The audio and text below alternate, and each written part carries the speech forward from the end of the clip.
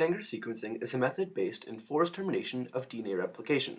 Replication occurs in the 5' to 3' direction, where the 5' phosphate group of new nucleotides is attached by polymerases to the 3' hydroxyl end of the growing oligonucleotide. A dideoxynucleoside triphosphate, or DDNTP, as shown in the bottom right, lacks the 3' hydroxyl. By adding in small concentrations of DDNTPs of a specific nucleobase, such as adenine, cytosine, thymine, or guanine, replication will be unable to continue, and as more rounds of replication occur, the DNA fragments will end in the chosen nucleobase type. At each location, it would occur in the sequence. Original Sanger sequencing makes use of a radioactive tag on the DDNTP to be able to identify band patterns and determine where in the DNA sequence the chosen nucleobase occurs.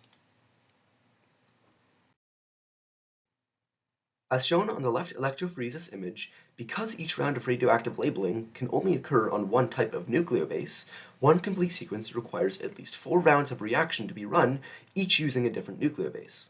The results can then be read in the 5' to 3' direction, from the smallest fragment to the largest, or from the far end of the gel to the end near the wells at the top. Of the many modifications made to Sanger sequencing to increase efficiency, the radioactive labeling has been replaced with fluorescent labeling. This means that each nucleobase can be tagged with a different fluorescent color, and a complete sequence can be identified from one reaction set, as shown in the image on the right.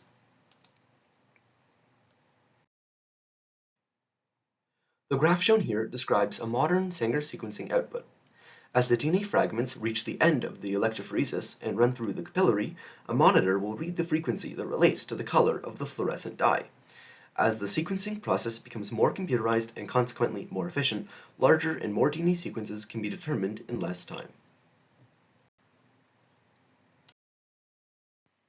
DNA sequencing techniques are always evolving to become more efficient and less costly, and have already left Sanger sequencing behind for next-generation sequencing techniques.